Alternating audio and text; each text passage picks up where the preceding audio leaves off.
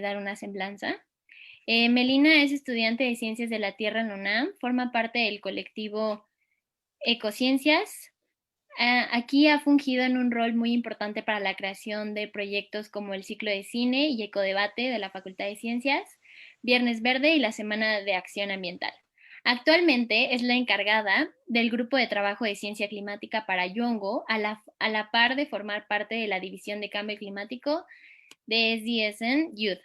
Tiene un gran interés en la generación e implementación de proyectos de inclusión y divulgación de temas de cambio climático, pérdida de biodiversidad y justicia climática. Bienvenida, Melina.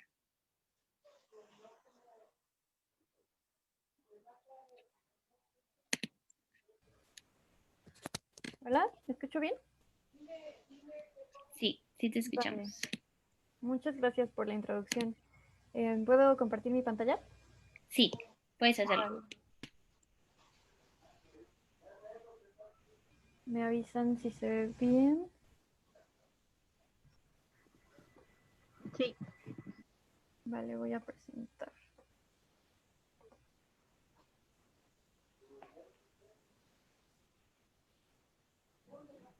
Creo que ya está, ¿no? Listo. Vale. Bueno, pues les voy a dar bienvenidos. Muchas gracias por estar aquí. Gracias por la introducción y por la invitación. Voy a darles una breve historia sobre cómo llegamos al Acuerdo de París, un poco sobre qué trata, hasta dónde hemos llegado actualmente, qué deficiencias tiene y un poco sobre las metas y lo que se ha logrado hasta el día de hoy. Traté de hacerlo lo más actualizado posible.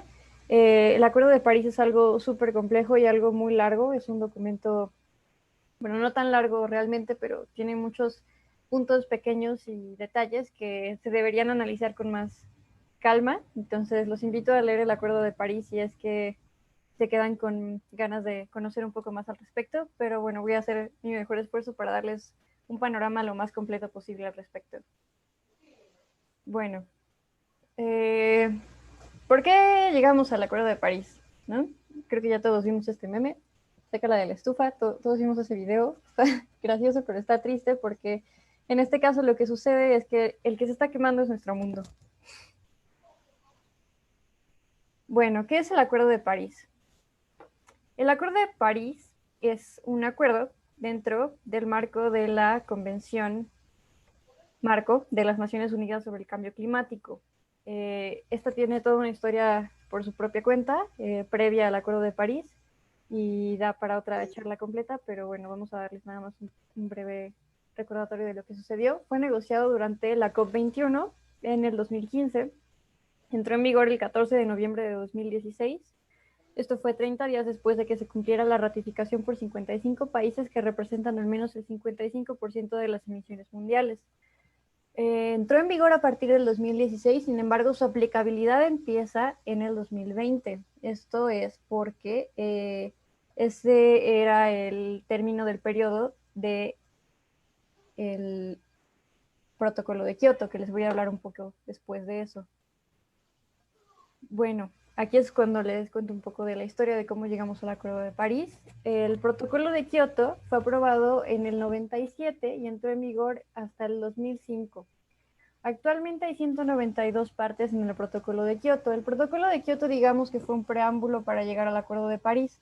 Este se estuvo discutiendo varios años y bueno, lo que nos decía el protocolo de Kioto es que los países que son países en desarrollo, las partes que son países en desarrollo, que realmente son quienes han causado la mayor parte de emisiones de gases de efecto invernadero en el mundo, eran los que debían hacerse cargo de reducir sus emisiones y parar de alguna manera el cambio climático o al menos su avance. Y bueno, la duración del protocolo de Kioto era del 97, bueno, en el 97 se firmó, en el 2005 fue cuando entró en vigor, en el 2012 terminó su primer periodo, a partir del 2013 comenzó la ratificación de su segundo periodo y de ahí terminaba hasta el 2020, que es cuando entraba en vigor el Acuerdo de París. Ahora, Como les digo, esto obligaba un poco de manera vinculante es con consecuencias jurídicas internacionales, a que estos países que ya eran países desarrollados limitaran sus emisiones de carbono.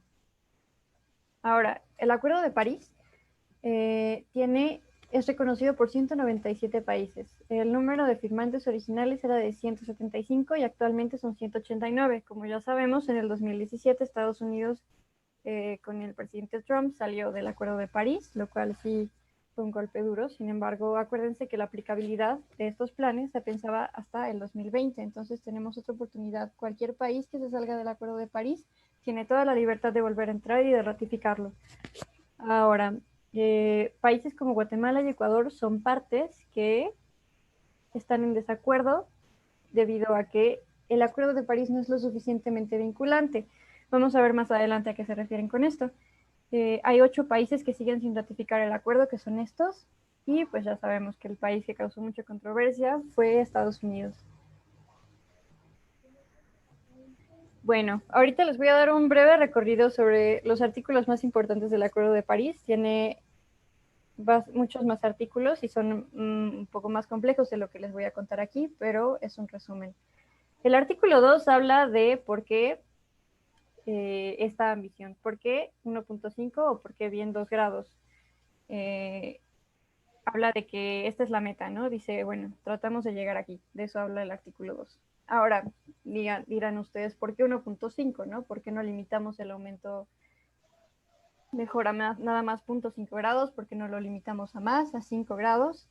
Bueno, 1.5 es una meta que se fijó tomando en cuenta el avance actual del cambio climático y del calentamiento global y los prospectos que se tenían en ese momento. En ese momento 1.5 no parecía tan descabellado, algo sí, pero en este momento sí parece algo bastante lejano, ¿no?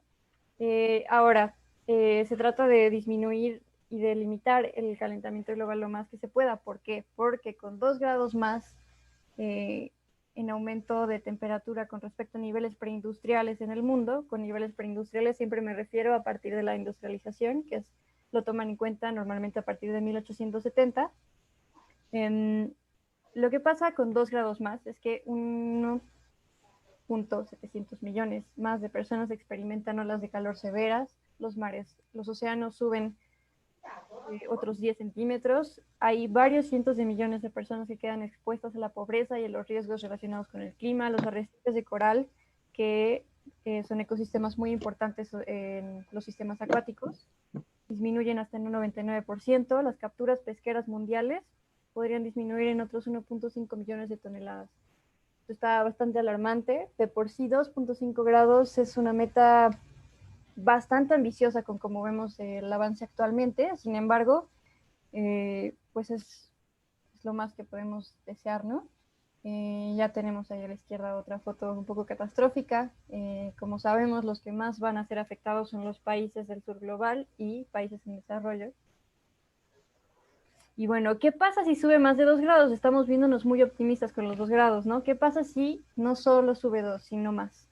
La temperatura, si la temperatura aumenta de 2 a 3 grados, hasta el 40% de la selva amazónica, no se imaginan, el 40% son miles y miles de kilómetros cuadrados de sitios que nos dan la atmósfera que conocemos actualmente.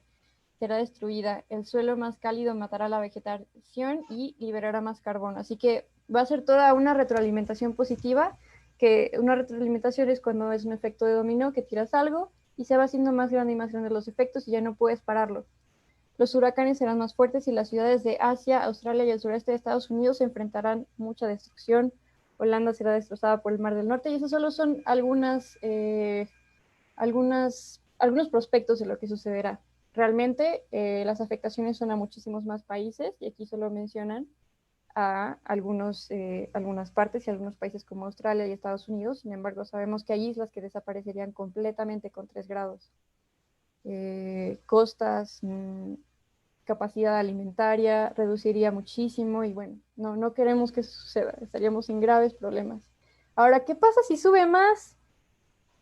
Si subimos 4 grados, millones de personas comenzarán a huir de las zonas costeras, las ciudades desaparecen, las ciudades que las vemos como sitios oasis de paz en los que no sucede nada, todo sucede en otro sitio en el que no me encuentro yo, pues no, también las ciudades se verán afectadas y algunas se convertirán incluso en islas. Ahora aquí tenemos nada más brevemente unos datos sobre quiénes son los principales emisores de dióxido de carbono, que es el principal gas de efecto invernadero, no el que se produce con mayor cantidad, el que se produce en mayor cantidad es el vapor de agua, sin embargo, los efectos más importantes son del dióxido de carbono.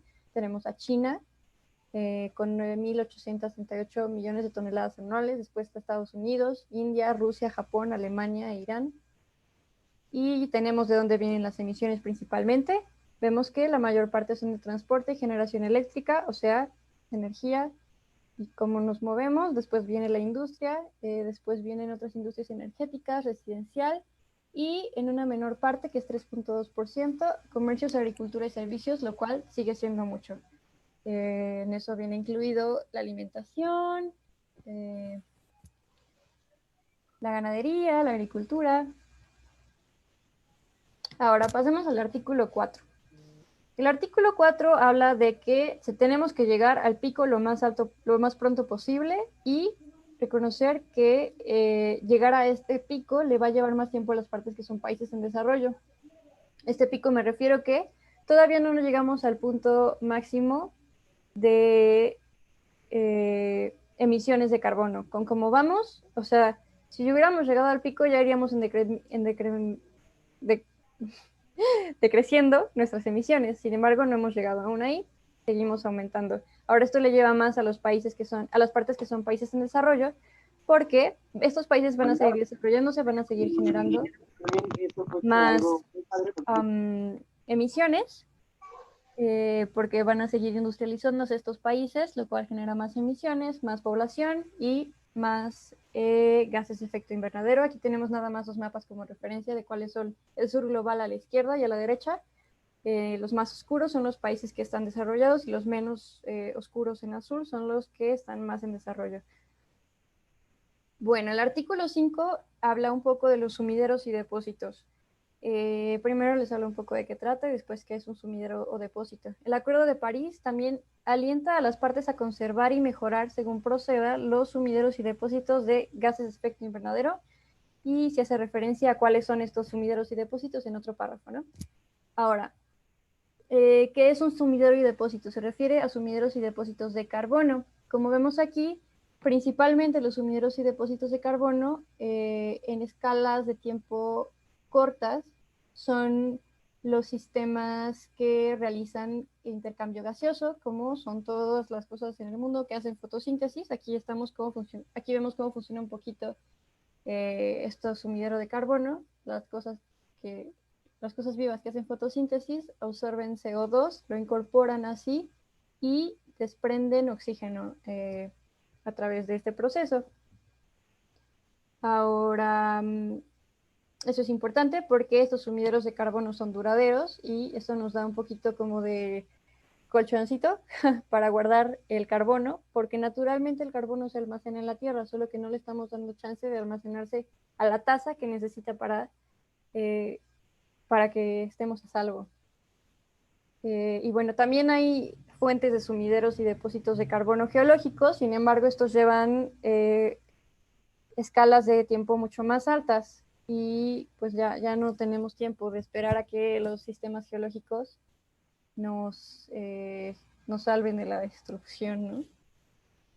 Ahora, el artículo 6 es uno de los más debatidos sobre el Acuerdo de París, es de los que todavía ni siquiera se llega bien a una conclusión sobre cómo debería llevarse a cabo y sobre quién debería hacerlo, cómo funcionaría. Es lo que todavía se está discutiendo en todas las COPs. Van varias COPs que se va discutiendo el artículo 6, porque es complicado, porque es el artículo que contiene un poco más carga vinculante para las partes, que es vinculante, que los obliga un poquito a cumplir con este acuerdo. Y es en una parte que les duele porque es en la parte económica, de mercado y monetaria. Ahora, les voy a hablar muy brevemente. Este es el artículo de los más largos del Acuerdo de París. Es muy complejo, los mercados de carbono son muy complejos y todavía, como les digo, no se resuelve completamente su funcionamiento. Sin embargo, les voy a dar un breve panorama. Bueno, ¿de qué habla en general? Habla de la posibilidad de participación voluntaria entre las partes para permitir una mayor ambición a través de integridad ambiental, transparencia y contabilidad sólida. Esto para cualquier cooperación que implique la transferencia internacional de los resultados de mitigación y establece un mecanismo para contribuir a la mitigación de las emisiones de gases de efecto invernadero. Ahora, tiene tres principales partes este artículo. Tiene el párrafo 6.2, el 6.4 y el 6.8. Estos hablan, dos de estos hablan de los mercados de carbono y otro habla de la parte no mercantil de los créditos y transferencias de carbono. Ahora, aquí les voy a poner un ejemplo muy burdo, pero general. Digamos que un país que es una parte que es un país en desarrollo como, no sé, tomemos a México, que realmente ya no es tan país en desarrollo, ya está un poco más avanzado. Sin embargo, digamos que México redujo su emisión de gases de efecto invernadero en 10 gigatoneladas, ¿no? Digamos que la meta de México era de, no sé, 5 gigatoneladas, ¿no? Entonces, redujimos 10. Otro país que es un país ya desarrollado como digamos Estados Unidos nos puede decir, ah, a ti te sobran esos 5, te los compro y así yo ya no tengo que reducir esos 5 porque tú ya los redujiste. Entonces, así es muy burdamente y a gran escala lo que sucede con los mercados de carbono. Países que no tienen ganas porque no les conviene económicamente, porque tienen intereses políticos que van en contra de esto, pero que aún así están en el Acuerdo de París, le compran sus emisiones, sus reducciones de emisiones a otros países, les pagan por eso que ya lo redujeron. Para que yo no tenga que reducirlo, te lo compro a ti, tú lo reduces y lo meto a mi conteo de reducción. Ahora, el artículo 6 habla también de usos no relacionados con las NDCs, que las NDCs son por país, pero digamos, esto también vincula a empresas como por ejemplo, no sé, transporte, digamos, de aviación, digamos que la industria de la aviación también tiene que reducir sus emisiones, ¿no? Entonces también la industria de la aviación puede decir lo mismo, yo te compro tu reducción de emisiones a ti y así yo ya me quito de problemas, te pago a ti, tú a ver cómo le haces, pero yo ya te pagué, ¿no? Yo ya cumplí con mi parte. Y bueno, eso es, como les digo, muy grosso modo. También este artículo 6 habla de otras partes que son no relacionadas al mercado. Sin embargo, la mayor discusión actual es sobre las partes que están relacionadas al mercado de carbono. ¿Por qué? Porque si no se hace bien puede llevar a muchas fallas. Por ejemplo, dobles conteos. Hagan de cuenta que a mí Estados Unidos ya me compró esos 5, ¿no? Entonces yo esos 5 ya no tendría que contarlos en mi cuenta de reducción de gases, de emisiones. Pero en ocasiones esto sucede. Digamos que yo le vendí 5 gigatoneladas de emisiones a la industria de la aviación, 5 a Estados Unidos y pues ya, ¿no? Lo que sucede es que corremos el riesgo de que se cuente 3 veces, de que realmente fue una sola reducción de cada uno, ¿no? Pero puede que se cuente 3 veces y que en vez de 5 gigatoneladas se cuenten 15, hagan de cuenta. Entonces, se debe evitar, esto habla mucho de que se debe evitar el doble conteo a toda costa para que no haya confusiones en esto, porque esto es muy importante. O sea, si decimos, no, estas emisiones ya se fueron, ya no están, pues siguen ahí, ¿no? O sea, el que no las veamos, el que las contemos 3 veces no las va a eliminar y eso es muy peligroso. Por eso, ese es un peligro de este artículo y de su mala aplicación. Eh, Y bueno, esta es la parte más vinculante del Acuerdo de París, que realmente es voluntaria, casi totalmente voluntaria, que es una de las críticas que se les hace muchísimo al Acuerdo de París y por lo cual no ha funcionado realmente. Pero bueno, si no se resuelven los problemas con el artículo 6, estaremos perdidas, porque todavía siguen en discusiones estos muchachos de las COPs, y en lo que están en discusiones, las emisiones siguen aumentando, la implementación tarda más y el cambio climático no para.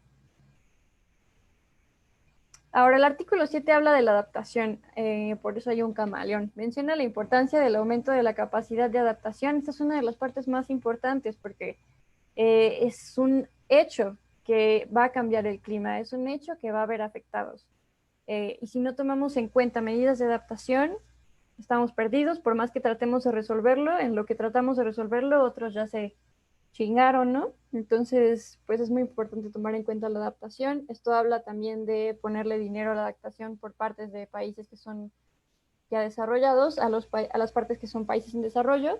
Habla mucho de dar apoyo y tecnología también para lograr los objetivos del acuerdo. Ahora, el artículo 8 habla de pérdidas y daños, reconoce la importancia de evitar, reducir al mínimo y hacer frente a las pérdidas y daños relacionados con los efectos adversos del cambio climático, como los fenómenos meteorológicos extremos, que son fenómenos de corto plazo, porque cada año vemos un aumento o bien en la intensidad o bien en la frecuencia de estos, o fenómenos de evolución lenta, como lo es el aumento del nivel del mar y la pérdida de zonas de albedo. El albedo es el reflejo de luz solar que llega a la Tierra por parte de superficies que la reflejan, como bien son los polos. Y bueno, el artículo 9, 10 y 11 hablan de los recursos financieros, tecnológicos y el fomento de la capacidad. Esto principalmente habla de que las partes que son países en desarrollo, que tienen el dinero, deben ayudar no solo económicamente a que se logren las metas en general del Acuerdo de París y que las partes que son países en desarrollo logren sus metas personales, sino también deben aportarles tecnología y material de desarrollo. O sea, si yo soy Suiza y tengo la solución a la energía y ya tengo una fuente de energía totalmente limpia, yo no me la puedo quedar. Si estoy en el Acuerdo de París, esto me dice que tengo que hacer todo lo posible porque la mayor parte de las partes que son países en desarrollo tengan acceso a esta tecnología. Y bueno, esto fue un panorama así muy ligerito sobre de qué trata más o menos el Acuerdo de París. Les recomiendo mucho que lo lean. Hay algunas partes que son algo técnicas, sobre todo sobre el artículo 6, que son los mercados de carbono, pero si quieren más información ahí me dicen. Pero bueno, ahora vamos a ver a qué hemos llegado, qué se ha logrado, qué funciona, qué no funciona, ¿no? Vemos un poco el Acuerdo de Kioto sobre el Acuerdo de París. El protocolo de Kioto, como les había dicho, era algo vinculante. Tenía un poco más de fuerza sobre las partes involucradas de que sí cumplieran sus metas. Sin embargo, hay algo aquí que hay que notar. El protocolo de Kioto solo vinculaba a las partes que eran países desarrollados, como eran Estados Unidos, la Unión Europea y todos estos países con poder. A ellos eran los que los obligaba a reducir sus emisiones. Sin embargo, en este momento en el que se firmó el protocolo de Kioto, que fue en el 97, había países como China y como la India que no eran considerados países desarrollados, eran considerados países en desarrollo. Y se acuerdan que vimos al inicio que la mayor parte de emisiones viene de China y una gran parte también de la India. Pues este era un gran agujero en el protocolo de Kioto, porque como no, al no ser considerados países desarrollados, no estaban involucrados y no tenían obligación de reducir sus emisiones. Este fue un cambio en el Acuerdo de París. En el Acuerdo de París, todos los países que estuvieran, todas las partes que estuvieran involucradas en el Acuerdo de París y que lo firmaran y que lo ratificaran estaban obligadas a reducir sus emisiones, a proponer NDCs y a mejorar sus objetivos cada año.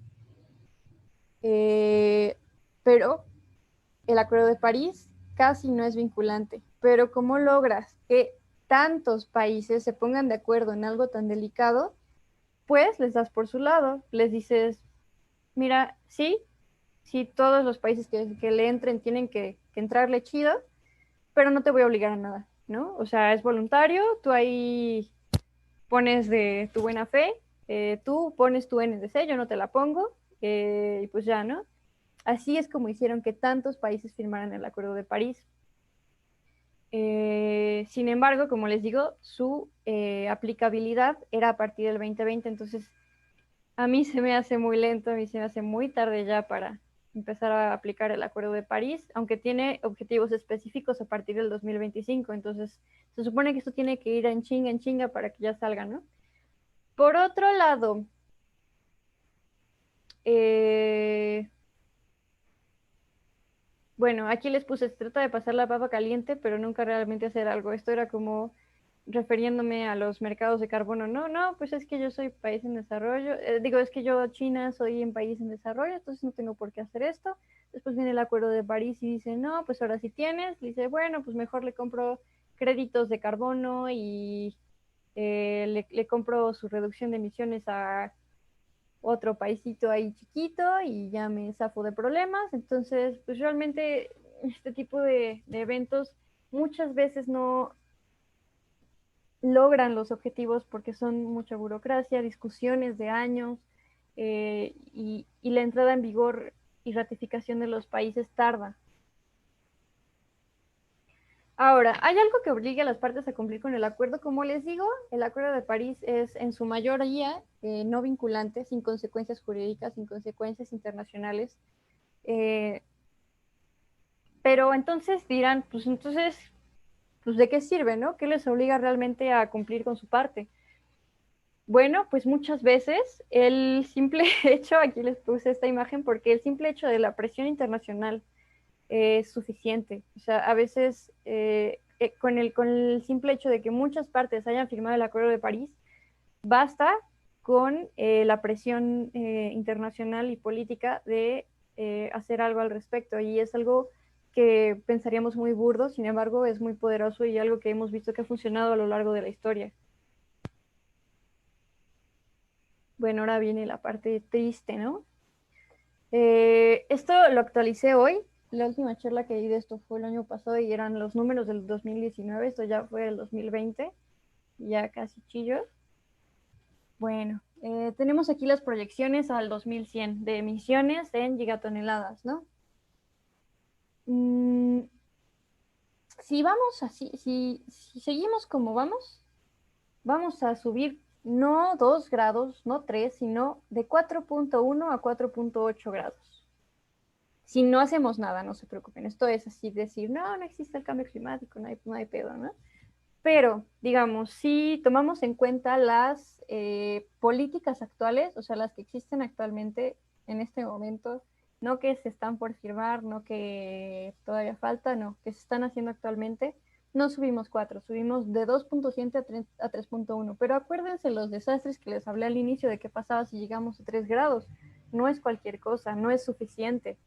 Ahora, con las promesas y objetivos que se tienen, no lo que se está haciendo, las promesas y objetivos que se tienen, subimos de 2.3 a 2.6. Hay buena fe, hay buena fe. Ahora, si somos muy optimistas y llegamos al pico muy rápido con emisiones cero netas, neta significa que la captura y el enterramiento de carbono es el mismo que las emisiones, o sea, podríamos fomentar el crecimiento de bosques, de la preservación de ecosistemas que absorben dióxido de carbono y que hacen intercambio gaseoso, los cuales en mayor parte son sistemas acuáticos. Llegamos a 2.1 grados, lo cual duele todavía, muchas personas van a verse afectadas, sin embargo, es pues mejor, ¿no? Y pues ya, lo demás es siendo muy optimistas y lo que esperamos que aumente la temperatura. Ahora, por otro lado, tenemos las brechas de emisión. Las brechas de emisión son cuántas gigatoneladas nos falta reducir para llegar a las metas. Y esto está muy triste, miren nomás.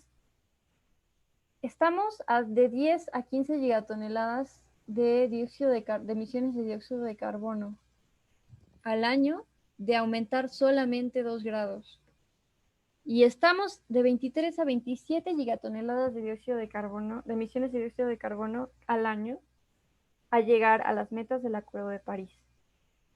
Estas son cosas que no nos imaginamos, o sea, es un cambio completamente en los paradigmas actuales de cómo funciona la obtención de energía, de transportes. Es muchísimo, 23 gigatoneladas al año. Y bueno, si esto es con las promesas y con los objetivos actuales, ¿no? Lo cual nos dice que pues están muy lejos de ser compatibles con el 1.5 del Acuerdo de París. Ahora, aquí nada más es rápido, les voy a hablar un poco más a ver al respecto, pero sobre la actualización de las NDCs, aquí un panorama rápido sobre los países que sí subieron una nueva NDC, un nuevo objetivo de NDC, son 34 países, eso está bastante bien, pero no es suficiente. 4 países pusieron una NDC más fuerte, 7 países no incrementaron la ambición y 23 países no se analizaron en esto. Esto es el Climate Tracker, Climate Change Tracker, me parece, les pongo la liga al final. Ahí viene. 9 países propusieron una nueva NDC, un nuevo objetivo de NDC. Y aquí está lo más triste, 119 países no actualizaron su NDC. Dijeron, no, yo con mi promesa chiquita estoy bien, no necesito más, muchas gracias, no me voy a comprometer a más, tengo otros problemas ahorita. Ahora aquí tenemos los países, por si querían saber a quién echarle la culpa. Pues Estados Unidos definitivamente dijo, no, pues no solo no voy a poner una nueva NDC, me voy a salir del Acuerdo de París, incluido también Australia e Indonesia, que no se salieron, sin embargo, no propusieron nada más ambicioso. Los que no aumentaron la ambición, no que no la propusieron, no que no la propusieron, sino que no la aumentaron, son esos. Los que propusieron, los que sí propusieron una NDC más alta fueron Argentina, China, Kenia y Ucrania. Eso, aunque China tendría que echarle muchísimas más ganas, como vimos al inicio. Y estos países también metieron a revisión una NDC más fuerte. Aquí tenemos un meme del gobierno australiano que en vez de elegir el Acuerdo de París ha elegido perecer. Y bueno, ACE, yo creo que también les puede hablar un poco más Arabel, es un término que adoptó la UNFCCC que habla del trabajo realizado en los artículos 6 y el 12 del Acuerdo de París y busca empoderar a los miembros de la sociedad civil a tomar acción en la lucha contra el cambio climático, así como brindarles la información necesaria. O sea, no podemos dejar que solo los gobiernos se encarguen de esto. Es ridículo, es tonto pensar que podemos dejar en paz y dejar esto a los gobiernos sin hacer algo al respecto, o al menos sin estarles picando todo el tiempo para que muevan, que cambien las NDCs. Y bueno, ya para terminar, para llorar, tun, tun, tun, tun, tun. Bueno, aquí tenemos algo que se llama el Climate Clock y es algo que registra en tiempo real el aumento de calentamiento global a partir de fechas preindustriales, que es 1870, ya aumentamos 1.15 grados, o sea, estamos a nada de llegar al 1.5. ¿Cuánto tiempo nos queda si seguimos con las políticas y con las ambiciones actuales para llegar al incremento de 1.5 grados? Nos quedan 11 años actualmente, nos quedan 10 días, no, 10 meses y 9 días, pero eso se reduce a cada segundo, y se han emitido ese número impronunciable de toneladas de CO2 a partir de 1870. Esto es soportado por muchísimas fuentes científicas y de cooperación internacional del IPCC, o sea, estos datos son reales, no es cualquier cosita que te encuentres ahí en internet. Ahora, si los países logran sus metas actuales, el tiempo tampoco aumenta mucho, aumenta un año, unos meses de hecho. Entonces, esto nos deja claro que las metas actuales no son suficientes ni de cerca para lograr las metas que necesitamos lograr para que se desmorone todo lo que conocemos actualmente y los ecosistemas que existen, las especies que existen y las personas marginadas y los grupos vulnerables. Aquí tenemos nada más una breve historia de las actualizaciones. En 2016, la fecha para los 1.5 grados era en el 2032. En el 2017 la fecha era el 2033. En el 2018 era el 2034. Sin embargo, en el 2019 la fecha para llegar a 1.5 grados es el 2032. Estamos cerca. Cada vez se acerca más la fecha. Y bueno, nada más un último meme para ya no ponernos tan tristes. Así ha funcionado el Acuerdo de París, todos estaban muy felices, no sé si se acuerdan en la foto del inicio, todos estaban contentos de, vamos a salvar el mundo, ya firmamos todos, a huevo, ya lo logramos. Héroes, héroes. Pues no, fíjese que no, así está actualmente el Acuerdo de París y sus metas y sus logros. Y pues ya, eso es todo. Traté de hacerlo lo más breve posible. Gracias por su atención y se aceptan aplausos, pero no preguntas. Muchas gracias. No es cierto, sí se aceptan preguntas. Muchas gracias, Melina, por tu participación y por compartirnos tus conocimientos sobre el Acuerdo de París y tus memes también. Y qué importante es que todos estemos conscientes de toda esta información que nos has dado, ¿no? Además de que creo que pues a más de uno nos has puesto a pensar con las metas que hemos cumplido o no, los diferentes países. Pero bueno, muchísimas gracias. Ahora tenemos la intervención de Arabel Ali. Bienvenida. Voy a leer su semblanza. Ok, Arabel Ali Mendoza es estudiante de Ingeniería Ambiental, colega.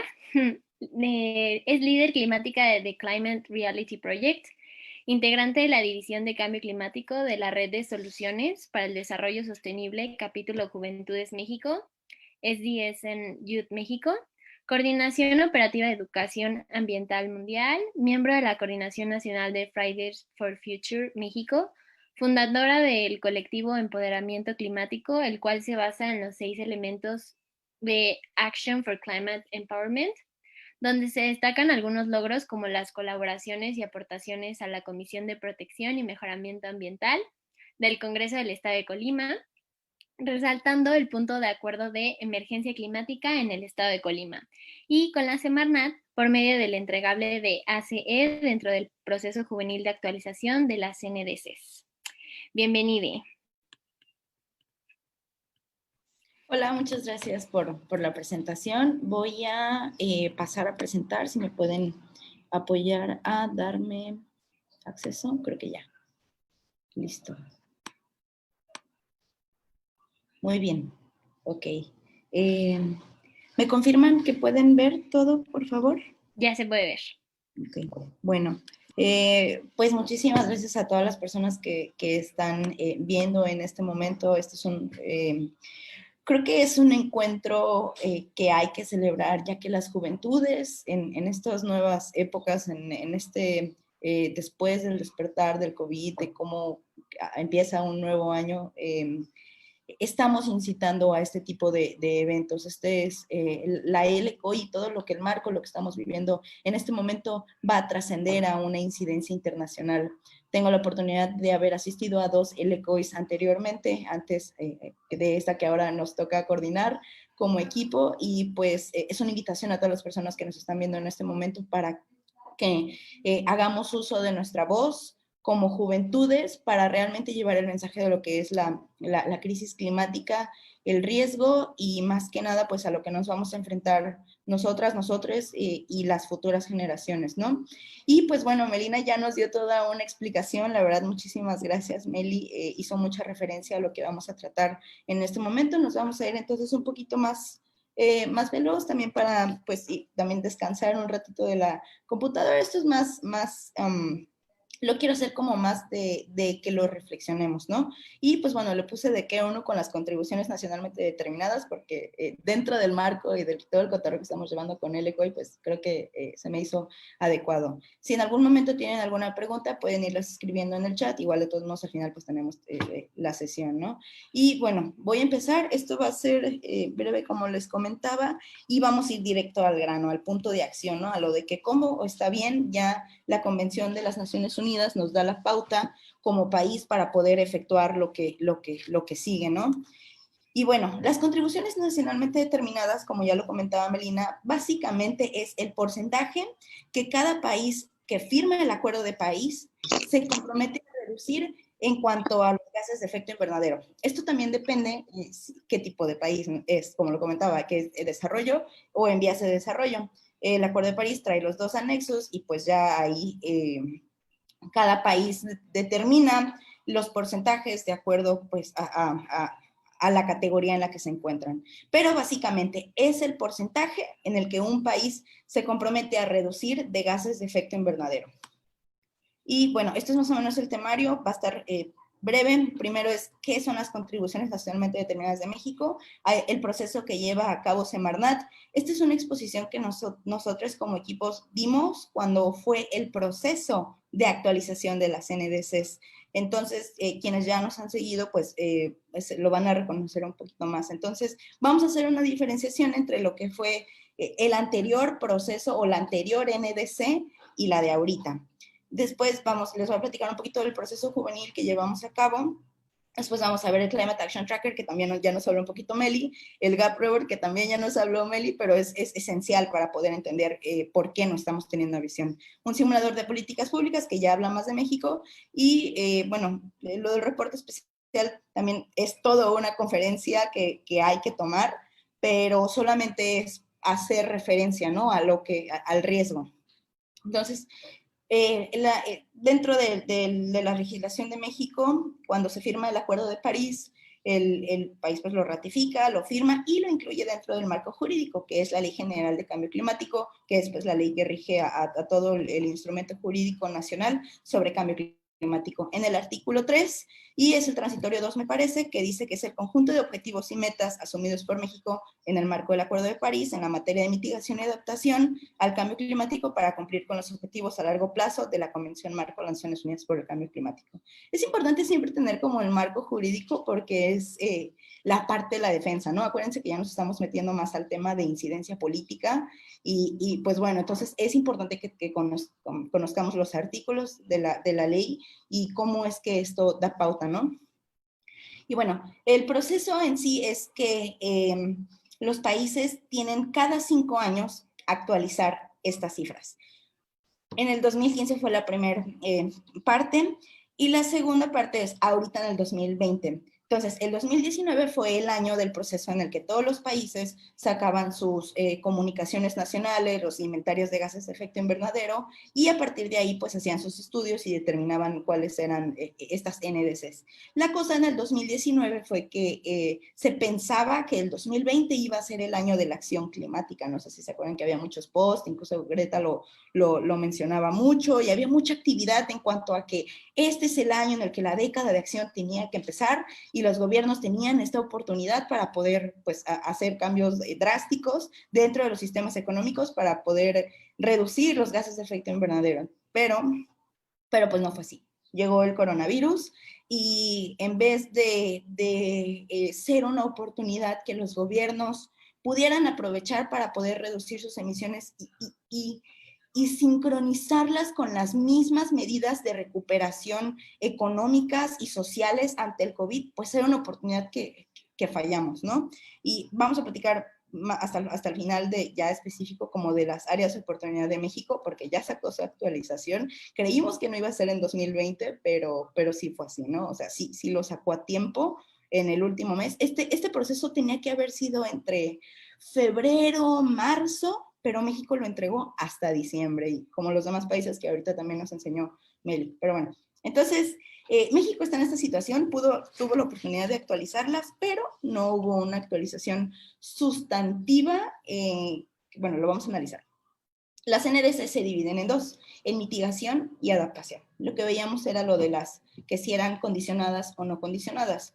Esto quiere decir pues que si por ser un país en vías de desarrollo, pues te comprometes voluntariamente y puedes comprometerte a más de manera condicionada si es que hay, así se menciona, si es que hay un acuerdo internacional, si es que se prestan las oportunidades internacionales para tener un financiamiento y pues un mejoramiento en las capacidades, en la transferencia de las tecnologías y de la información, pues para poder avanzar, ¿no? Entonces, mitigación, México básicamente lo que hace es comprometerse a reducir de manera no condicionada un 22% de gases de efecto invernadero para 2030, tomando en referencia como la base BAU. BAU lo vamos a escuchar mucho, BAU, es business as usual, quiere decir que las cosas sigan igual que siempre, ¿no? Y pues bueno, nuestra línea tendenciosa es del 2013.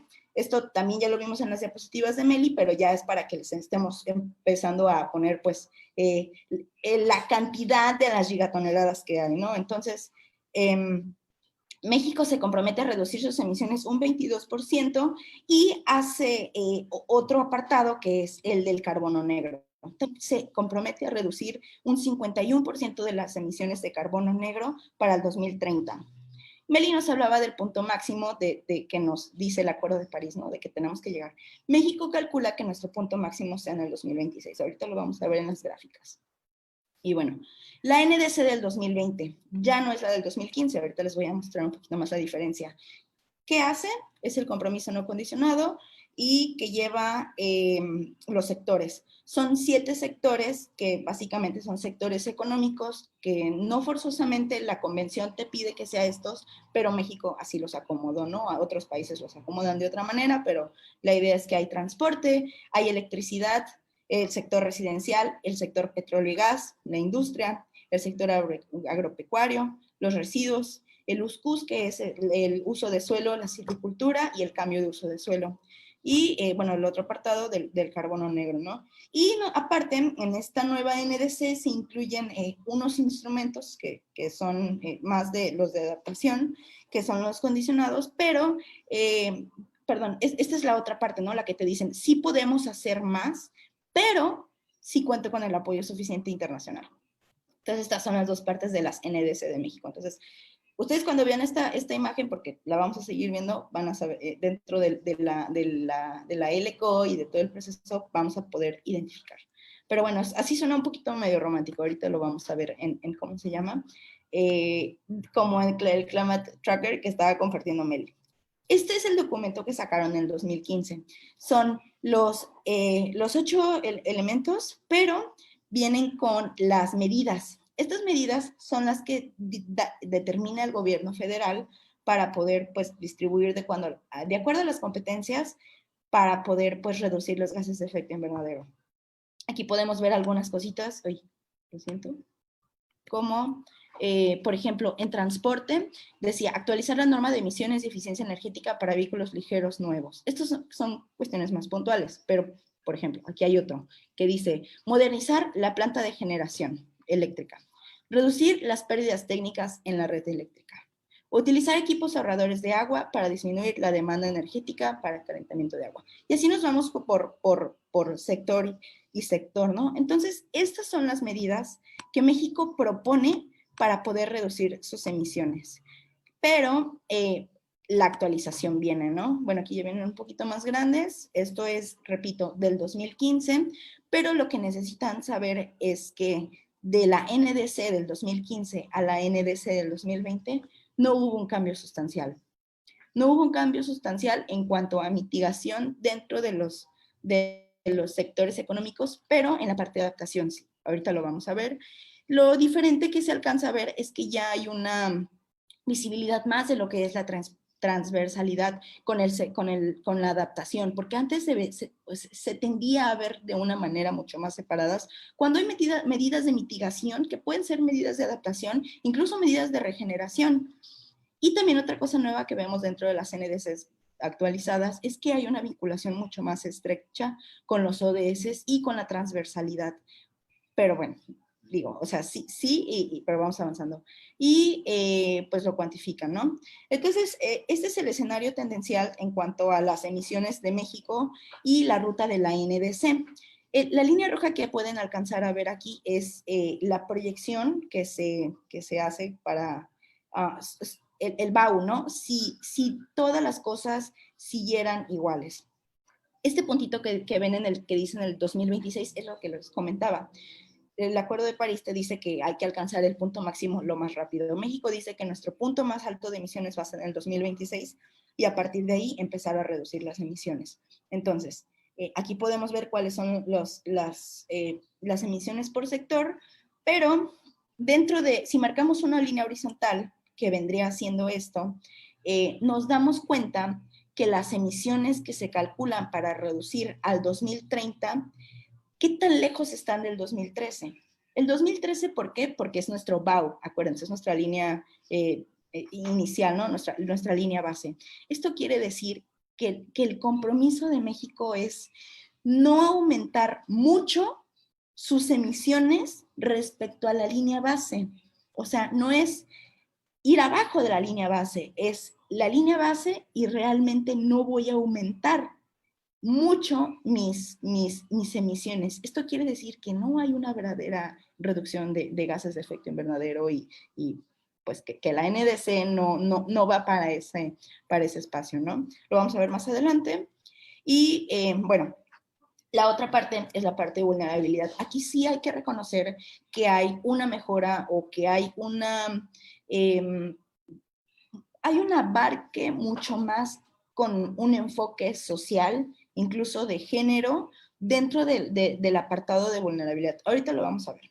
Pero ¿por qué la vulnerabilidad? Porque el cambio climático sí, tenemos que focalizarnos en reducir nuestros gases de efecto invernadero, pero también me gusta mucho el ODS 13, lo mencionan en una de sus metas específicas, hay que tener un optimismo ante lo que venga. Esto significa, sabemos que el cambio climático nos va a llegar, nos va a azotar, ¿no? En cotorreo. Entonces tenemos que prepararnos. México, dentro de la Ley General de Cambio Climático y dentro de la NDC, le da mucha énfasis al concepto de adaptación, porque pues, estamos en un país que, pues, rodeado de mar, ¿no? Y esto quiere decir que la mayoría de todos nuestros municipios están en peligro ante la vulnerabilidad, ¿no? Ante los próximos eventos catastróficos que sucedan, eventos extremos y pues todo lo que nos ha venido contando Meli y lo que hemos venido hablando dentro de la ruta de la LCOI. Entonces, el rango de vulnerabilidad, esto es del Atlas de México, nos dicen justamente cómo van a ser pues lastimados los estados en cuanto a los efectos del cambio climático, y es por eso que se crea pues esta estrategia de adaptación. Vemos que hay una diferenciación en cuanto a qué impactos va a tener cada estado en cuanto al medio ambiente. Aquí podemos ver, por ejemplo, se dividen los componentes de la vulnerabilidad, que son 3. El primero es exposición, qué tan expuestos están ante estos impactos, qué tan sensibles son, y el de capacidad adaptativa justamente nos dice, ok, qué tanta resiliencia, qué tanta capacidad de tú adaptarte ante estos efectos tienes. Y así es como se ve esta grafiquita. Les invito mucho a revisar ¿cómo se llama? El Atlas de Vulnerabilidad. Por ejemplo, yo vivo en un municipio que es altamente vulnerable, y eso también, tú al ir a estos procesos de la convención o otros procesos de participación ciudadana, puedes decirlo. Oye, representante, oye, persona del poder político, nuestro municipio, en nuestro estado, está en el Atlas de Vulnerabilidad ante el cambio climático. Yo provengo de un municipio que en el 2040 tiene riesgos de inundación o un aumento en la precipitación por el cambio climático. Entonces, esto sí es una invitación a que en donde sea que están de la República Mexicana, métanse a ver estos documentos para que se den cuenta, pues, cómo están, ¿no? Y, bueno, aquí la proporción de la vulnerabilidad lo vemos por las diferentes tonalidades de rojo. Y entonces así es como México dice, pues bueno, tenemos que enfrentarnos, tenemos que prepararnos. Y este es el documento del 2015. En el componente de adaptación, las no condicionadas y las condicionadas. Las no condicionadas, perdón, traían tres sectores, que es el sector social, con un enfoque pues meramente social para ver cómo las personas iban a ser vulnerables y cómo pues aumentar su resiliencia. Los ecosistemas, cómo los ecosistemas iban a ser impactados y al mismo tiempo cómo ellos mismos pueden regenerarse y ser más resilientes. Y el último es el de adaptación en los sistemas productivos y de la infraestructura estratégica. Aquí ya estamos hablando de generar sistemas de alerta temprana, de la adaptación, de más como la parte incluso tecnológica. Y por otro lado, las condicionadas, que a mí esto es parte de lo que, perdón, parte de lo que más me gusta es el desarrollo de los otros, perdón.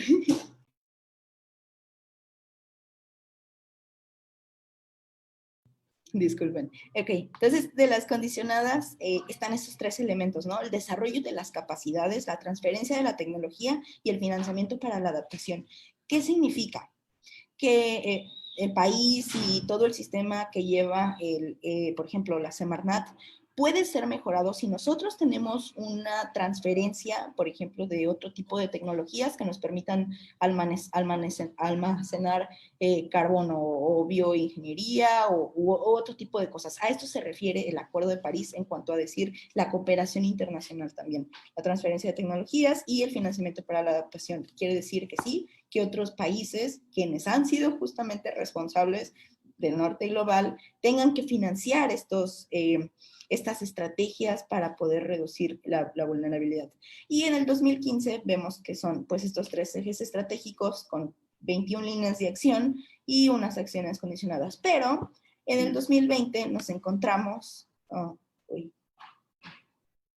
pero sí, bueno, estas son las del 2015, son similares, pero acá lo podemos ver mejor. Entonces, ahora nos vamos a las del 2020, que repito, acaba de ser este proceso de actualización, lo acaban de subir a la página, me parece que hace 2 o 3 semanas.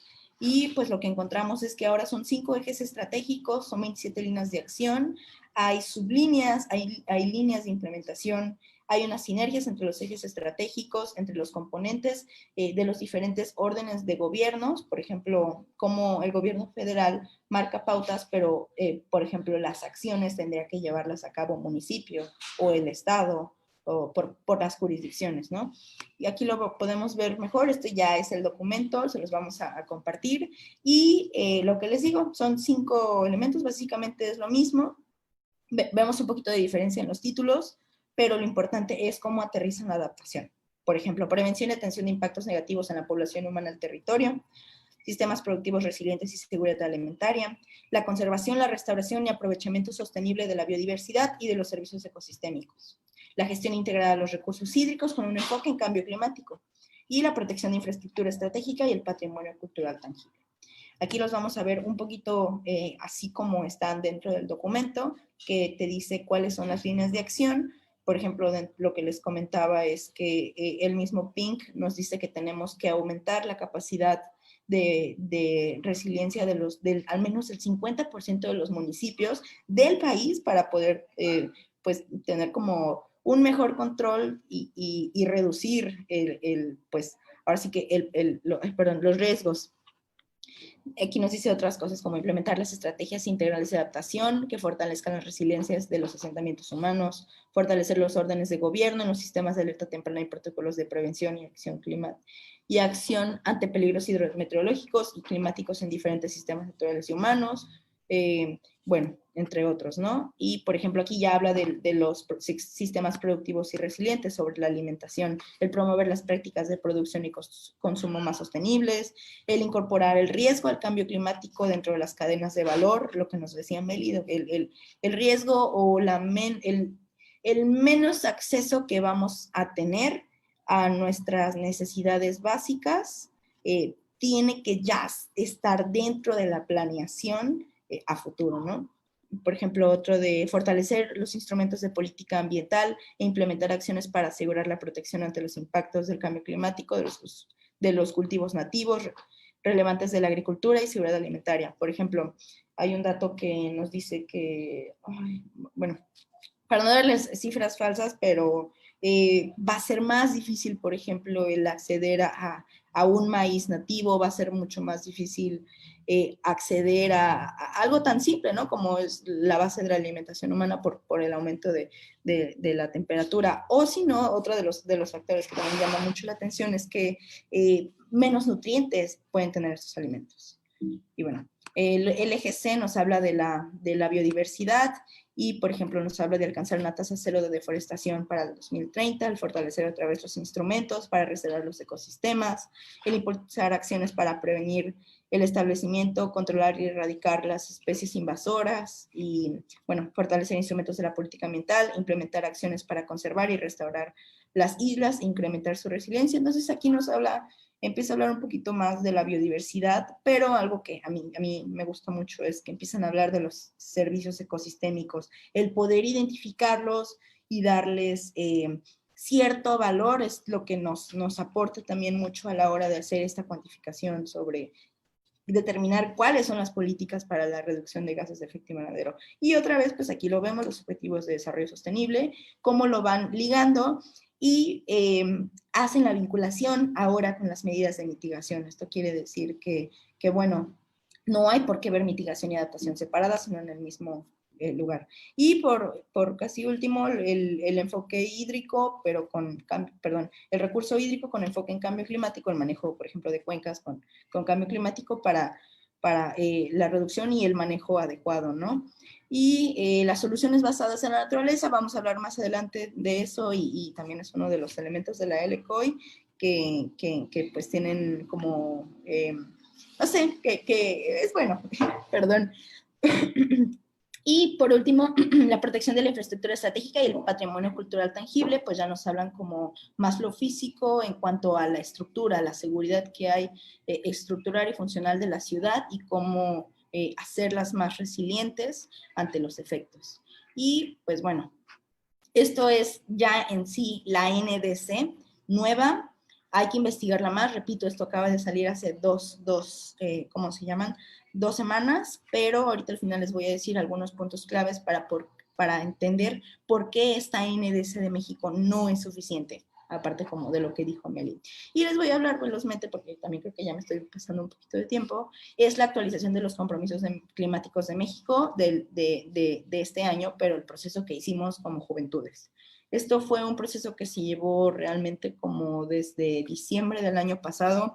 Algunos de aquí, algunas personas de la división y que han estado aquí compartiendo, posteando y todo, pues tuvimos la oportunidad de ir a la convención, a la COP, y pues hablábamos de este proceso de juventudes, de cómo poder involucrarnos y dar pues el mensaje de que no es suficiente, porque pues las cosas han sido difíciles en el gobierno de México y teníamos que aprovechar ese momento. Entonces muchas organizaciones empezaron como desde diciembre, fue un proceso, fue una suma de muchas organizaciones, aquí lo pueden ver, está Retlatam, Juventud de San Luis, Dejando Huella, Ecociencias, Ajubes, SDS en Youth México, el PINC, NatHub, etcétera, etcétera, pero nos reunimos. Los jóvenes, las juventudes, dijimos, no podemos permitir otro proceso en el que no se tome en cuenta nuestra voz, nos organizamos y realizamos, hicimos 2 procesos. El primero fue una encuesta y el segundo fue unas mesas de trabajo. La encuesta alcanzamos alrededor de unas 8,000 personas, ya que contestaron completa la encuesta y que fueron validadas, fueron como 6,200 y por otro lado hicimos las mesas de trabajo donde participaron alrededor de unas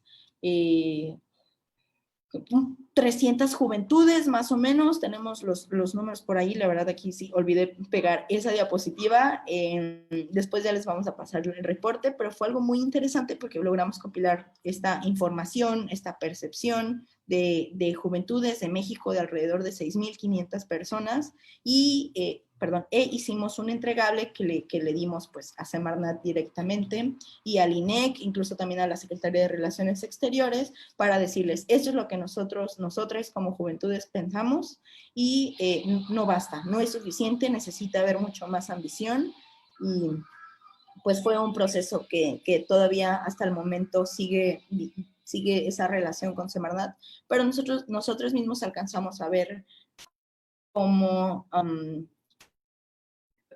pues es difícil, ¿no? Es difícil lo que está pasando dentro del gobierno de México, pero dentro de nuestros entregables había incluso unas nuevas NDCs. Logramos llegar a hacer ese trabajo, logramos proponer como soluciones directas, muchas pautas que eran un trabajo que básicamente pues les entregamos que ellos podían en su momento adaptar. Y bueno, por eso es que también hacemos esto, para seguir dándole voz a ese mismo trabajo.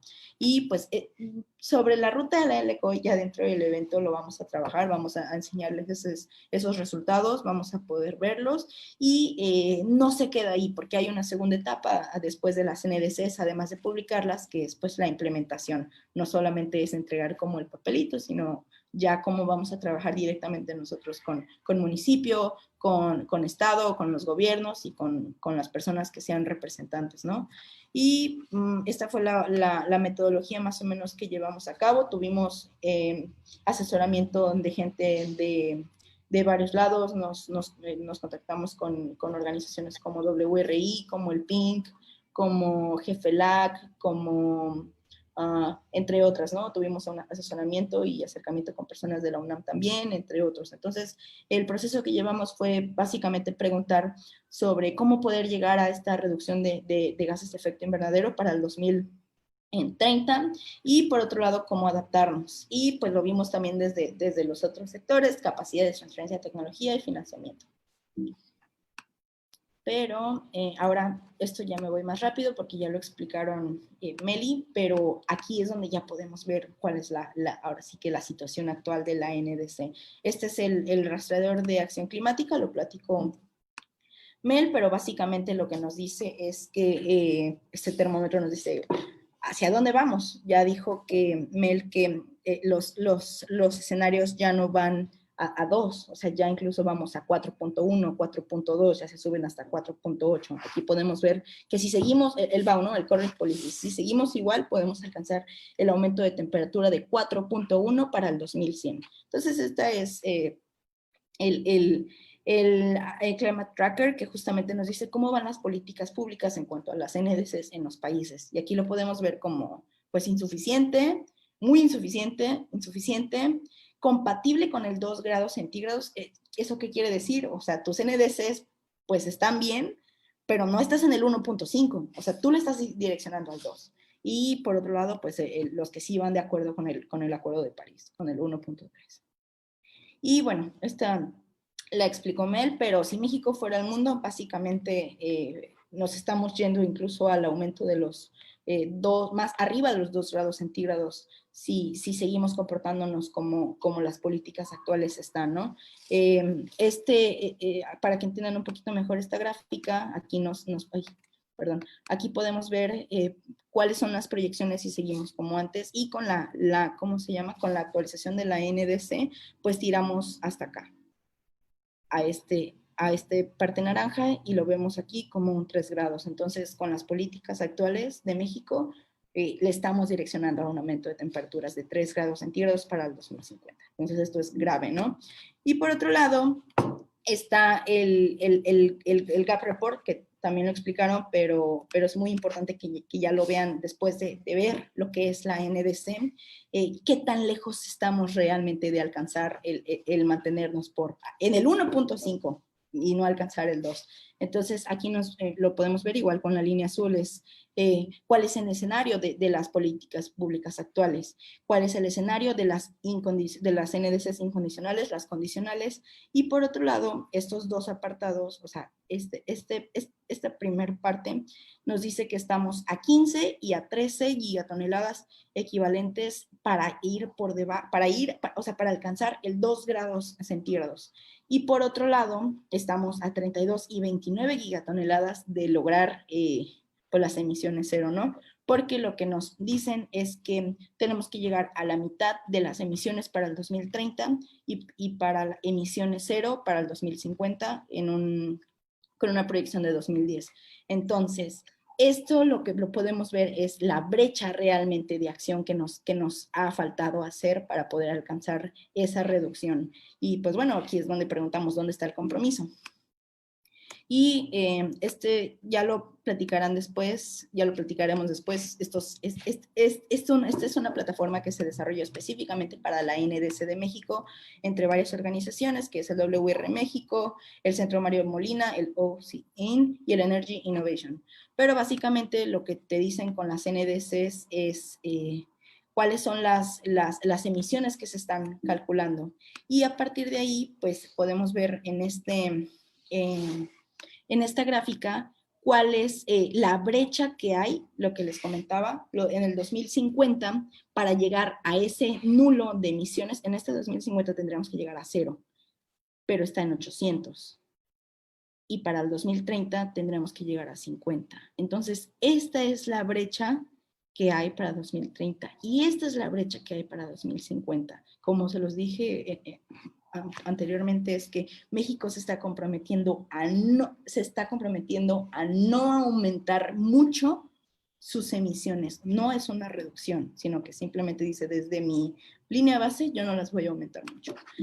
Y bueno, esto también lo puso Mel, pero pues es como lo importante de ver realmente en qué parte estamos. Y bueno, ya me pasé un poquito de tiempo, pero las reflexiones sobre la NDC actual que acaba de salir es que no basta, no es suficiente. Incluso hubo varias organizaciones de la sociedad civil que sacaron postulamientos para poder decir pues que no era suficiente. Está exactamente igual, se podría decir, solo que hay un poquito más de ampliación dentro de lo de adaptación, como lo pudieron ver, pero pues no basta, ¿verdad?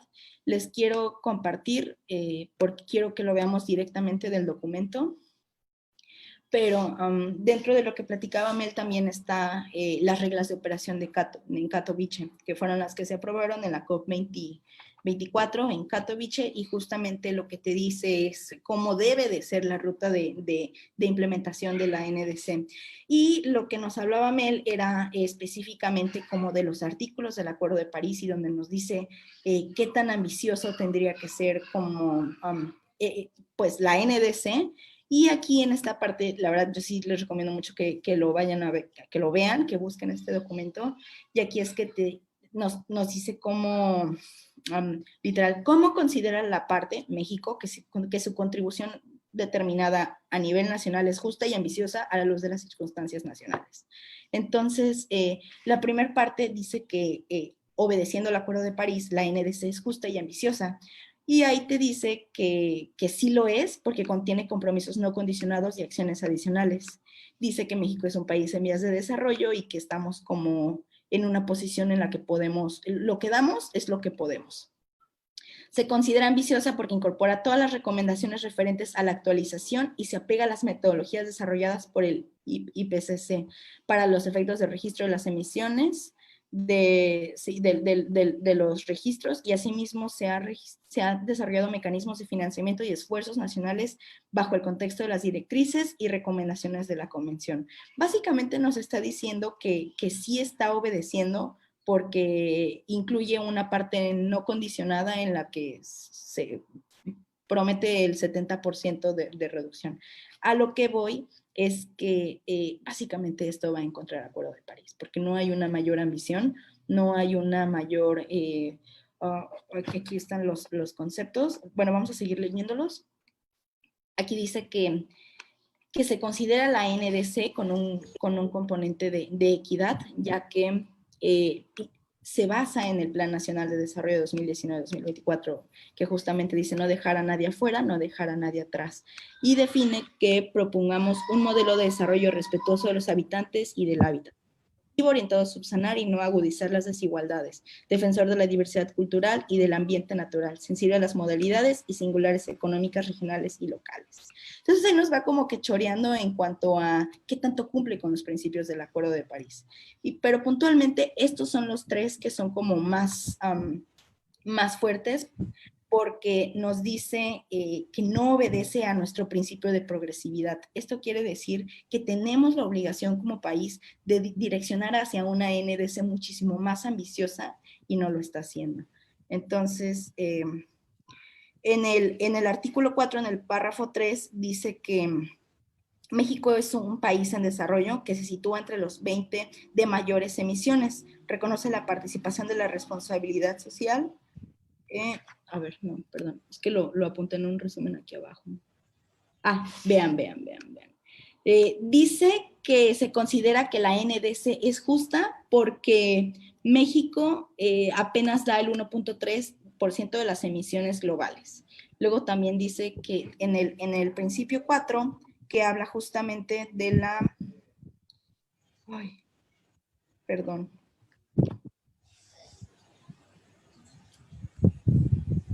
Perdón.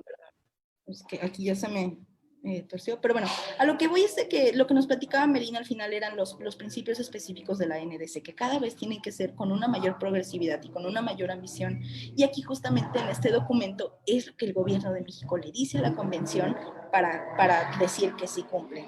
Y pues bueno, ellos están diciendo que sí están siguiendo a cabo, que están llevando a cabo las recomendaciones del IPCC para mantenernos por debajo de los 2 grados y no subir por el 1.5, pero esto es una mentira, esto es falso, como lo podemos ver con las plataformas de Climate Action Tracker, con el GAP Report y todo eso. Entonces, sí hay una deuda muy parte del gobierno federal porque está apuntando a una NDC que no da un compromiso más ambicioso.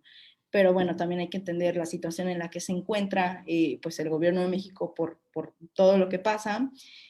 Sin embargo, la Semarnat y más bien lo que pasa es que no hay una sinergia entre las secretarías. Mientras Semarnat quiera hacer un mayor trabajo, pero por otros lados no se permita, pues esto pasa, ¿no? Una ambición que no se está llevando a cabo. Pero bueno, ahorita vamos a seguir platicando en las preguntas. Eso sería todo.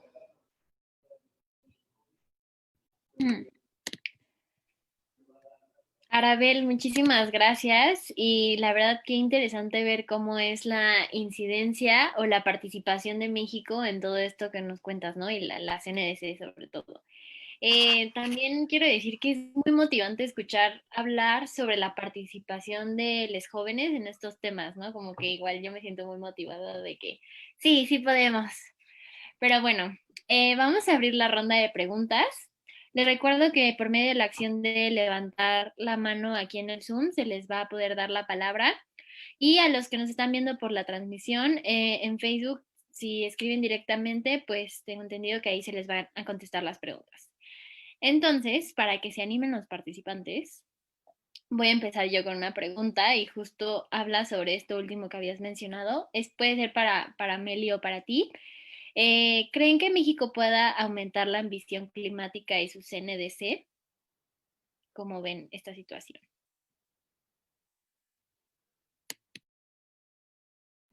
Pastor Abril.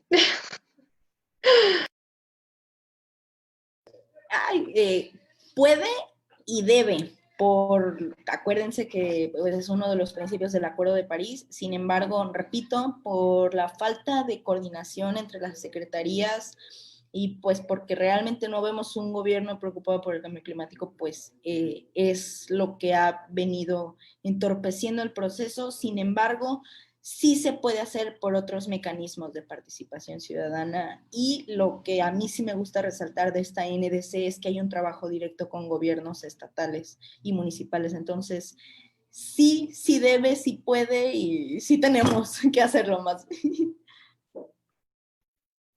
Ok, gracias. Y bueno, les voy a hacer otra pregunta y ya pasaremos a las preguntitas para que igual se sigan preparando los participantes.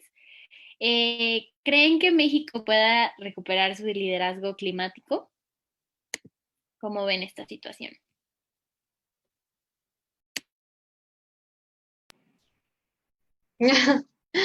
Pues yo creo que le falta. Creo que hace falta,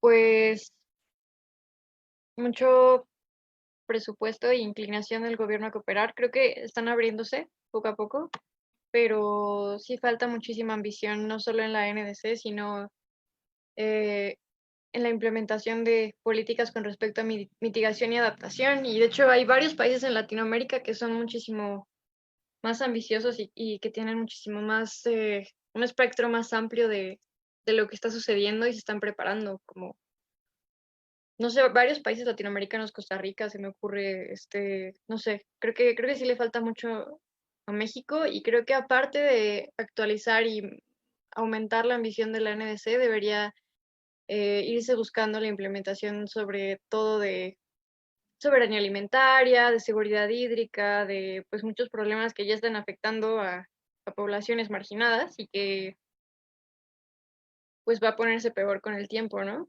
Así de por sí, o sea, sí, sí falta. Ándale, justo, Nicaragua es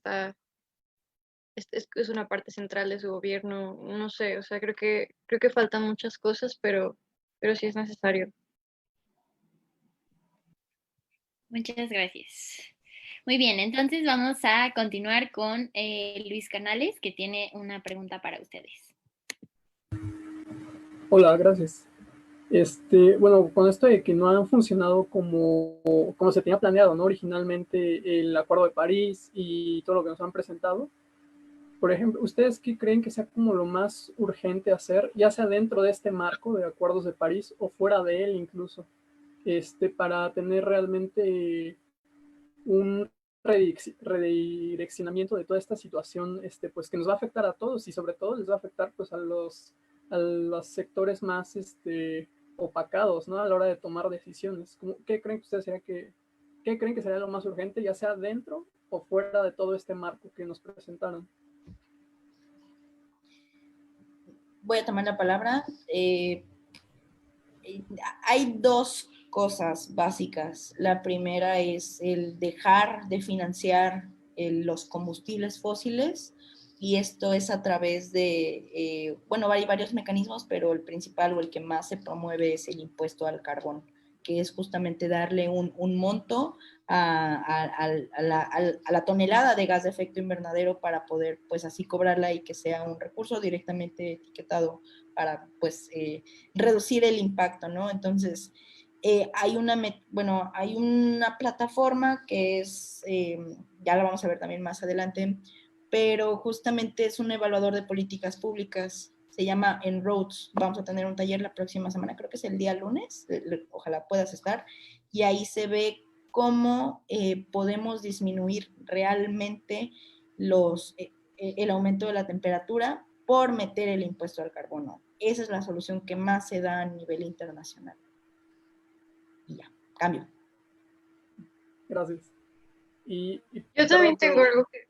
Ok, Ay, no, perdón. sí, sí, adelante, tú mejor adelante. No, pues nada, creo que eso es muy importante, o sea, que el sector de energía se vaya transicionando lo más pronto y lo mejor posible a energías un poco más limpias. Eh, Sin embargo, creo que también es muy urgente la parte de adaptación y mitigación, o sea, porque en lo que estas cosas suceden de transiciones a energías, o sea, que es súper importante y sobre los impuestos de carbono, que también habla el artículo 6, el párrafo 6.8 habla de los impuestos al carbono, pero creo que sí es muy importante ir buscando colectivizarse o estarle picando ahí a los gobiernos sobre adaptación y mitigación, porque eso ya se está viendo, o sea, ya está sucediendo que la seguridad hídrica es necesaria y, y no existe. Igual la seguridad alimentaria. Entonces, no sé, creo que para que no haya pérdidas tan grandes, creo que se deberían ir buscando métodos de adaptación y de mitigación al cambio climático ahorita allá y ponerse a trabajar al respecto, porque pues es como lo más urgente, ¿no? Si no estás vivo, pues ya no puedes. Y ya los sectores vulnerables pues están siendo cada vez más afectados por, por todas estas cosas. Sí, ok. Pues. Por ejemplo, en este mismo sentido, ¿qué piensan como de como doble arma que podría ser, o bueno, como dos lados que podrían tener, por ejemplo, los bonos de carbono, ¿no? Que por un lado, pues sí, es como fomentar a aportar para reducir emisiones, pero por otro lado puede ser como quitarse la responsabilidad solo con dar un poco de dinero, ¿no? Que en comparación yo creo que hay que ver, ¿no? En comparación a lo que están teniendo de ingreso muchas veces las grandes transnacionales, lo que aportan para como subsanar como exceso de emisiones no es como una cantidad tan grande para ellos realmente. Entonces no sé qué piensan, por ejemplo, ustedes de esta parte de los bonos de carbono, qué tan buenos son o qué tan malos son y qué se podría hacer como para, ya sea con eso o con lo de los impuestos de carbono, para tratar de que realmente haya una reducción efectiva, ¿no? Y que no simplemente sea como doy dinero y pues ya.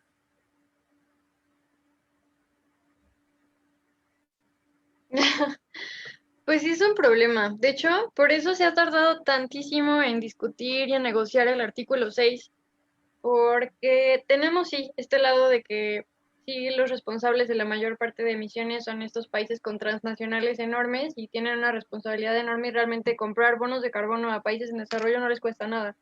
Pero tenemos este otro lado que si tú les metes tantita más presión, ellos dicen, ay no, ya, y no les conviene y se salen, como hizo Estados Unidos con una estrategia económica eh, que fue principalmente por el artículo 6, porque decían, no, no me conviene económicamente seguir pagando estos bonos de carbono y reducir mis emisiones, mejor me salgo. Entonces, es muy delicado porque te digo, ¿cómo haces que tantos países y que tantos países con tanto poder firmen un tratado tan importante, ¿no? Y que sí te requiere ciertos compromisos.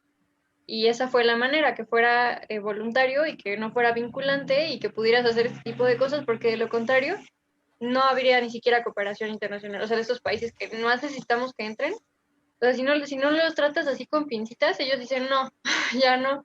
Entonces es algo súper delicado y que te digo que se supone iba a resolverse en esta COP, pero pues ya se fue para Glasgow, ¿no? Para el 2021 y pues mientras aquí estamos con huracanes con letras griegas porque se acaban las letras del alfabeto y pues ya sabes, ¿no? Entonces es algo muy delicado y de hecho es lo que más yo siento que necesita ponerse atención y llevar, por ejemplo, comentarse en este tipo de LCOIs para que se lleve a Glasgow y para que ahí se comenten las necesidades de estos países que ya están viendo las consecuencias, ¿no? Y que se les meta más presión, pero no sé, o sea, es que te digo que es algo súper delicado como el hacer algo que no sea vinculante y que cooperen los países sin que se salgan, y más países como Estados Unidos, como China, o sea, pues por eso no funcionó el protocolo de Kioto, porque decían, no, pues yo por qué tengo que hacerlo si estos países no van a aportar, ¿no? No, pues no.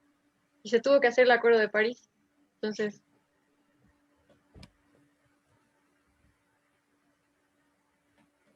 Gracias. Gracias. Ahora continuamos con Diana e Isabel, que también levantó su manita, por favor. Gracias. Mi pregunta es, como, ¿qué recomendaciones tendrían para incidir nosotros como juventudes en gobiernos, por ejemplo, en los municipios que, pues si de por sí a nivel federal la situación está un poquito cañona, pues a nivel municipio también? Entonces, como qué recomendaciones nos darían para, pues no sé, para buscar un huequito, dónde entrarle o algo así? Gracias, Diana. Eh, a nivel, están los instrumentos de política ambiental y a nivel municipal y estatal son como más fáciles porque son más directos y ahí sí es donde como más deberíamos estar participando. A nivel municipal puedes encontrar desde la creación del ordenamiento ecológico y territorial, las consultas públicas, puedes participar así de fácil como llamando a la Dirección de Ecología de tu ayuntamiento para reportar un incendio, una quema de basura. Esas son las entradas que existen, ¿no? Por ejemplo, también puedes crear algún consejo municipal de cambio climático, ya si quieres ir subiendo de niveles por ejemplo, a nivel estatal también están otros procesos, por ejemplo, en todos los estados existe el consejo consultivo de la parte de medio ambiente, de la Secretaría de Medio Ambiente. Entonces, esos son otros espacios que hay que identificar, pero generalmente son o consejos o comités, que no es tan difícil. Realmente yo sí les recomiendo, si ya lo tienen ubicado a su dirección municipal o a la Secretaría Estatal, una carta. Quiero participar en el consejo, quiero participar en el comité, Y usualmente sí hay respuesta. Entonces, y también siempre que haya consultas públicas, siempre hay que estar ahí. Y si no, pues llegar y ahora sí que tú solito con tu papel y decir, mira, o sea, 100 firmas de algo, o mira esta propuesta, o pero estar ahí, estar ahí. Y más que nada, votar, elegir. Vienen periodos de elecciones, a cada persona que vaya a su casa a promocionarse o a que vean en Facebook o donde los vean, cuestionenles. ¿Qué vas a hacer tú por el medio ambiente? ¿Qué vas a hacer tú por el cambio climático? Esa es mi recomendación. Wow, muchísimas gracias, Sara. Gracias. Ahora es el turno de Susi Rojano, por favor. Hola, pues muchas gracias, buenas noches y gracias por las increíbles ponencias. Me pareció información muy rica y muy interesante. Tengo dos preguntas. La primera sería, como ciudadanos, pues debemos de procurar esa ambición de México por mejorar, por buscar más cosas que hacer y debemos de procurar que esa ambición suba. Y pues como un país democrático, México debe darnos ese derecho a opinar sobre este tipo de temas. Entonces, además de la manifestación, ¿cómo podemos involucrarnos o buscar que México tenga más esa ambición?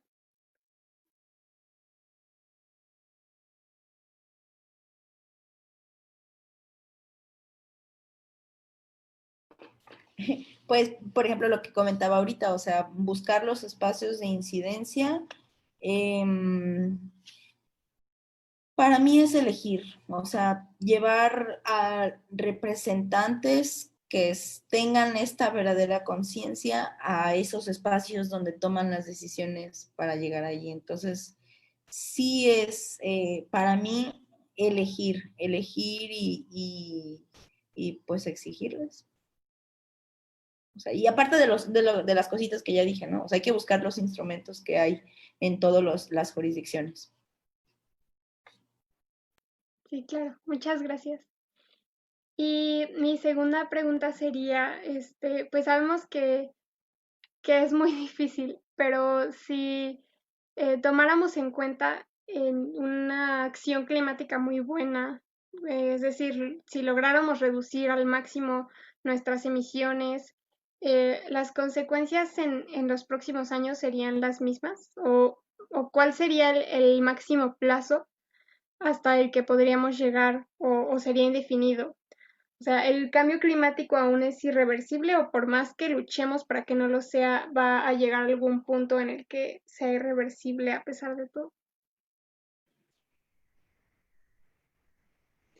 Pues mira, esto es muy humano, o sea, el decir 1.5 es la meta, pues es muy humano, ¿no? Es como una meta para poder aplicar leyes, para poder hacer planes, para poder ver cómo le hacemos, ¿no? Pero, o sea, te digo, es algo muy humano, ¿no? Como nos ponemos esta meta para llegar ahí, pero realmente las cosas están sucediendo y siguen sucediendo en 1.3 grados y en 1 grado y en 2, ¿no?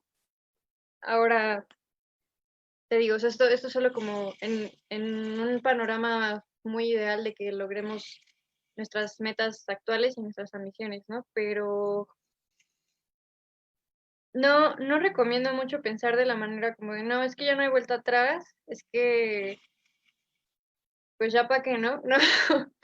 O sea, cualquier avance que se haga es necesario y es bueno. El cambio climático ya empezó a suceder desde hace años y va a seguir sucediendo. Lo que necesitamos es ganarnos un poco de tiempo para lograr la adaptación y la mitigación necesarias para que nuestras civilizaciones y nuestras ciudades actuales, toda la población actual, la mayor parte logre sobrevivir con una calidad de vida decente, ¿no? Entonces es lo único que estamos tratando de hacer, porque ya sabemos que va a suceder, ya sabemos que estamos modificando los ecosistemas de una manera irreversible, que estamos en una sexta extinción masiva. Sin embargo, esto no quiere decir, no, pues ya todos a morirnos, ¿no? No. Lo que podemos hacer es justo ganarnos un poco de tiempo, hacer que este cambio sea gradual, que los ecosistemas logren adaptarse porque los ecosistemas tienen resiliencia es algo natural y que se ha visto evolutivamente. Sin embargo, necesitan muchos años y mucho tiempo para que eso se logre. Entonces es lo que estamos tratando de hacer, ganarle tiempo a lo que ya pasó. Ya no podemos cambiar lo que ya sucedió, las emisiones ya que existen ya. Lo que tenemos que hacer ahora es aumentar el secuestramiento de carbono, reducir las emisiones, ver cómo alentamos esto para adaptarnos, porque sí está sucediendo y va a seguir sucediendo, solo que vamos a ver la manera en que nos afecte lo menos posible y a la menor cantidad de gente. Ok, muchas gracias. Muchas gracias. Y bueno, ya por último, por cuestiones de tiempo, Ernesto Ojeda también tiene una pregunta para ustedes. Muchísimas gracias. En realidad me gustaría robar el escenario por 3 minutos para comunicar algunas noticias importantes o algunas cosas que me gustaría hacerlas llegar a toda la juventud mexicana. Mi nombre es Ernesto Ojeda Canto, soy el coordinador regional del continente americano para la COI 16. Mi coordinadora desafortunadamente no se encuentra aquí el día de hoy. Muchísimas felicidades por esta reunión. Está hermosísima, de verdad, la cantidad de información que pudieron hacernos llegar. También me gustaría reconocer que estuvieron a través de la plática utilizando el lenguaje inclusive. A mí todavía me cuesta algo de trabajo, pero también reconozco que es parte de la lucha que estamos haciendo todos juntos. Y pues la razón principal por la que me robo esto es para invitarles a que formen parte de Yungo, porque Yungo es la constituencia oficial de la ONU y también cuenta con un lugar en la COP26. Eso quiere decir que mientras que todos los demás países tienen sus bordes y su política, la juventud es representada a nivel global con un único asiento. Y la razón por la cual esta COP puede ser diferente es porque la COI 16 está siendo diferente. Por primera vez estamos involucrando a todas las naciones que podemos, siendo tan inclusivos como podemos. Estamos escudriñando en todos los rincones del mundo para obtener coordinadores y jóvenes interesados, porque por primera vez haremos que las universidades compongan su propio Statement of Youth. Esta es mi posición política de mi escuela, en donde estoy parado ahorita, y se la van a hacer llegar a su país, y el país se lo va a hacer llegar a la COI, y la COI lo va a integrar en el Statement of Youth, que se le entregará a la COP. Entonces, esa es la oportunidad para que su voz se escuche. Y ya para cerrar, me gustaría decir, sí, todavía hay esperanza, sí, ya echamos a perder muchas cosas, pero podemos decidir hoy, con lo que tenemos en las manos, qué hacer ahora, no mañana ni pasado, ahorita. Y hay buenas noticias, como por ejemplo que se logró cerrar por fin el agujero de la capa de ozono del Ártico. No es todo está perdido, verdaderamente hay bonitas noticias en el mundo todos los días, pero no hay que perder la esperanza, hay que seguir peleando. Finalmente, una pregunta para los panelistas involucrados con la política joven en México. En este momento, ¿qué tan entrelazada está la juventud en la toma de decisiones de la política mexicana? Muchas gracias por el tiempo.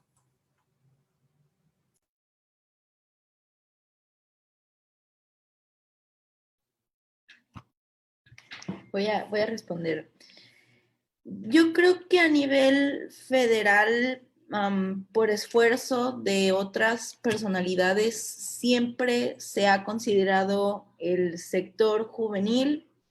Sin embargo, creo que desde hace pocos años, se puede decir 2 o 3, han sido nuevas personas las que puedan darle un enfoque mucho más inclusive, mucho más empático, más nacional, ¿no? O sea, ya no solo en la Ciudad de México, porque pues es la ciudad, ¿no? Y ahí está. Entonces, creo que la juventud sí tiene su espacio ganado a nivel federal, pero porque ha estado ahí desde años y ahorita pues hay nuevas generaciones y estamos pues nuevos equipos que ahí chingando, ¿no? Ahí chingando que bien.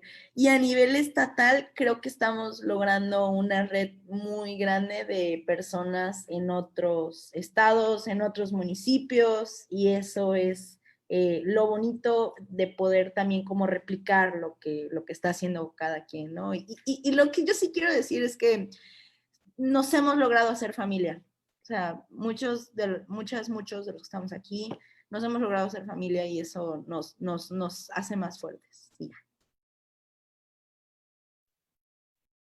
Sí, nada más quería decir que estoy de acuerdo con Arabel, que no nos van a dar nuestro lugar, tenemos que ir por él. Todavía existe mucho adultocentrismo, todavía existe mucho despotismo en el gobierno actual, pero pues se puede, y está comprobado que en la división de cambio climático pues estuvieron ayudando en el proceso de consulta de la actualización de la NDC, ya luego el INEC nos habla, o sea, existen colectivos en todos los estados, estoy segura de México, y existen muchos jóvenes que se están movilizando y actuando al respecto, o sea, nada más es buscarle, o si no encuentras, hacer tú propio, ¿no? O sea, y meterte en este tipo de cosas como las LECOI es súper importante, porque pues ya es más a nivel internacional, ¿no? Buscar que cada vez tu impacto sea más grande, buscar sí, o sea, actuar a nivel local, nacional, pero también internacional y que pues te escuchen, ¿no? Pero pues es de buscarle, como dijera, a ver, y de hecho están haciendo cosas súper chidas en todos lados y ya voy a llorar. Pero nada más quería decir que tienes mucha razón, o sea, sí estuvo un poco deprimente mi charla, pero no era el punto era decir que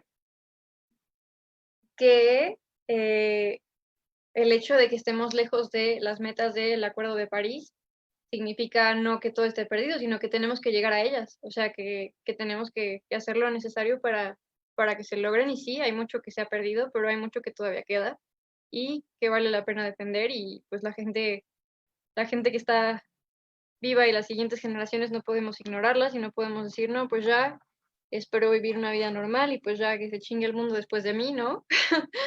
No. Y es lo que estamos tratando de hacer, ¿no? O sea, no todo está perdido, hay mucho que queda y hay mucho que se tiene que hacer. Ya no es una opción, ya no basta con usar popote, no usar popote y usar termo, o sea, ya hay que hacer activismo, hay que involucrarnos en las decisiones, hay que buscar impactos cada vez más grandes y hay que movernos, ya no hay de otra. Y ya. Pues bueno, muchísimas gracias.